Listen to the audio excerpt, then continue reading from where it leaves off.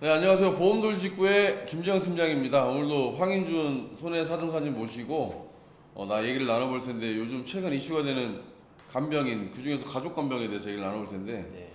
요즘 조금 문제가 되고 있다고 해요. 네, 네. 어떤 건지 잠깐 간략하게 설명해 주시겠습니까? 저희가 이제 뭐 간병인 사용일자에 대해서 판매하는 게 한 몇 년 지났잖아요. 네. 근데 이제 요즘 청구가 엄청나게 늘고 있어요. 네. 그래서 이제 대형 보험사 같은 경우는 판매 건수가 워낙 많다 보니까 그렇죠. 뭐 한 달 안에도 청구 액수가 뭐 800억이 넘어가는 회사들도 있고요. 네. 그래서 지금 현재 보험사에서 많이 골치를 썩고 있는 상황입니다. 간병인이. 네. 근데 그게 왜 이렇게 수요율이 높은 거죠? 일단은 최초에 이제 뭐 가족 간병을 같이 이제 허용하는 상황에서 이제 이 상품이 만들어졌다 보니까 일반적으로 통상적으로 이제 뭐 입원해서 간병이 정말 필요한 사람들이 청구가 되는 경우도 있겠지만 뭐 가족 간병을 사용해서 이제 보험금 편취 목적으로 청구하시는 분들이 많다 보니까 좀 기형적으로 지금 청구가 많이 늘어나는 상황인 것 같습니다. 더 깊게 들어가면 뭐 가족 간병 뭐 좋습니다. 그런데 일부 몇몇 전속 설계사들이 이거를, 네. 설계사들은 사실 보험의 구조를 잘 알기 때문에 네. 보험금을 조금 이렇게 노린다는 표현이 좀 그럴 수 있겠지만 이렇게 할 수 있잖아요. 그래서 그렇죠. 실제로 문제가 된 사례가 있다고 해요. 뭐 올해 5월달에도 뭐 큰 대형 보험사 이제 설계사분께서 자녀를 대상으로 해가지고 간병인 보험을 가입시켜 놓고 독감으로 이제 입원을 한 상태에서 보험금 편취하려다가 적발된 사례가 있어요.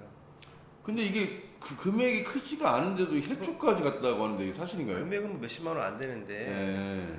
왜냐면 현장에서 이제 판매를 하고 있는 설계사들의 도덕적 해이가 너무 커지다 보니까 경각심을 고취시켜서 이제 해촉을 시킨 거죠. 왜냐면 다른 설계사분들도 너네 이렇게 하게 되면 해촉까지 당할 수 있다. 그러면 제가 갑자기 든 생각인데, 보험사 네. 입장에서 네.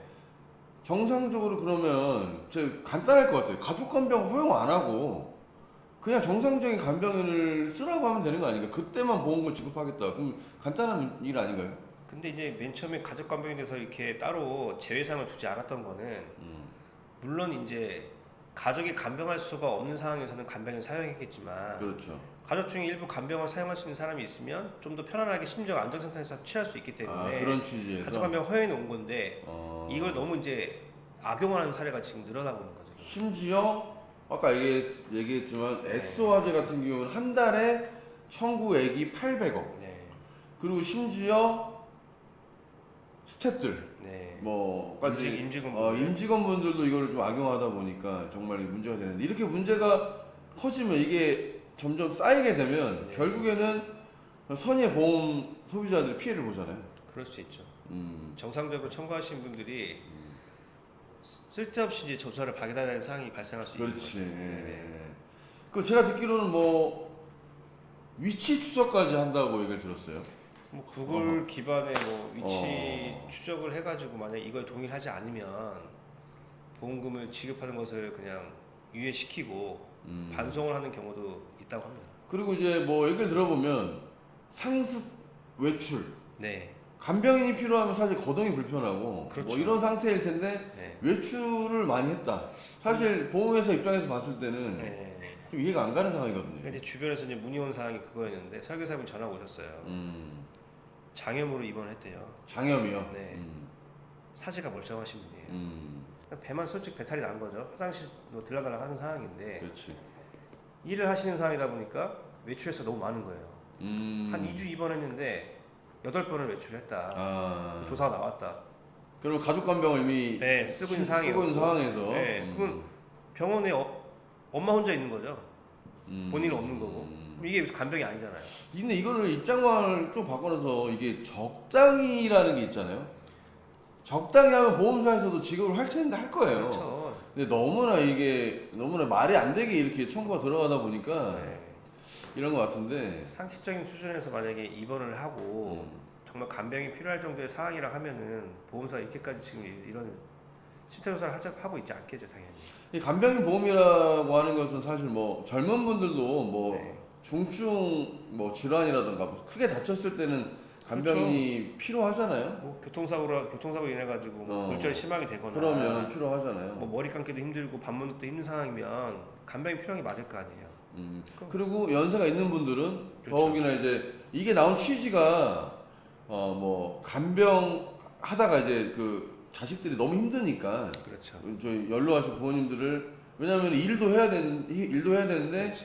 하루 이제 수가가 너무 비싸다 보니까 그렇죠. 뭐 이런 말 좀 그렇죠. 간병 살인 뭐 이런 것까지 이제 뭐 그렇죠. 사회적인 문제로 대두되니까 그거를 좀 커버하기 위해서 네. 간병 보험이 출시가 됐던 건데 뭐 사각 해소를 하기 위해서 좀 만들어진 네, 건데 했는데 이게 역효과라기보다는 남용을 하다 그렇죠. 보니까 이런 사태가 벌어진 거예요. 원래는 뭐 치매라든지 파킨슨병이라든지 나이가 많으신 분들이 이제 겪고 있는 노인성 질환에 대해서 보장하기 위해서 만들어지는 취지가 분명히 있었을 건데 이걸 좀 더 열어놓아서 이제 상해나 질병에 대해서 어떤 기본적인 제한 조건 없이 이거를 풀어놓다 보니까 이런 악용 사례가 분명히 발생할 수밖에 없는 거예요. 그럼 앞으로도 보험회사에서 약관을 변경한다던가 네.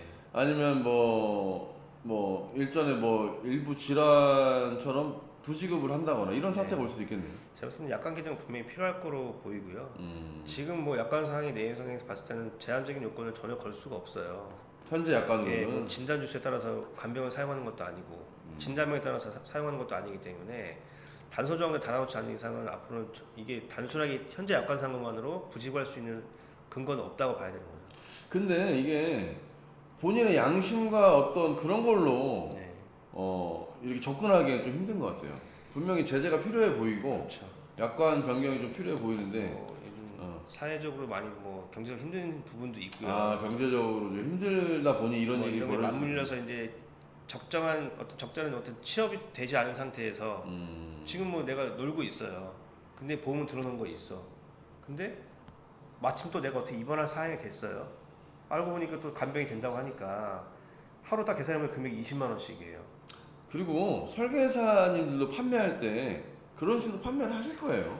그러니까 어떤 세팅값을 주고 너 2주 입원하면은 하루에 20만 원씩 280만 원 벌 수 있어. 이렇게 다가가시는 분도 있으니까 이거를 입원해가지고 그냥 사용하시는 분들이 근접 사고들이 많은 거죠 결국.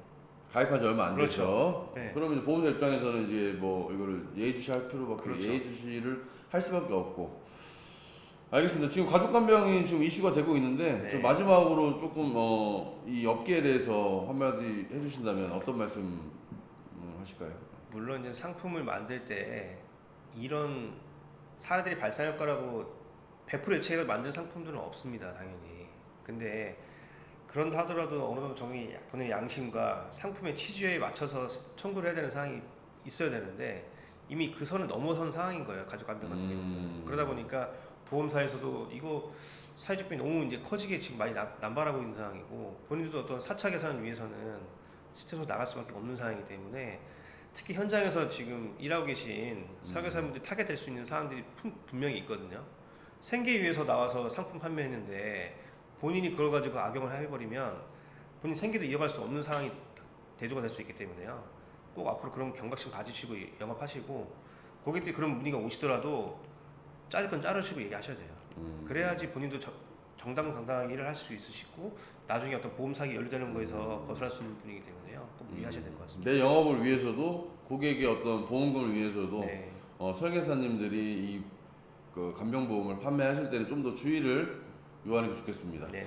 네, 오늘 영상 이 정도로 마치겠습니다. 도움 되셨으면 구독, 좋아요 눌러주시면 감사하겠습니다. 네, 고맙습니다. 네, 감사합니다.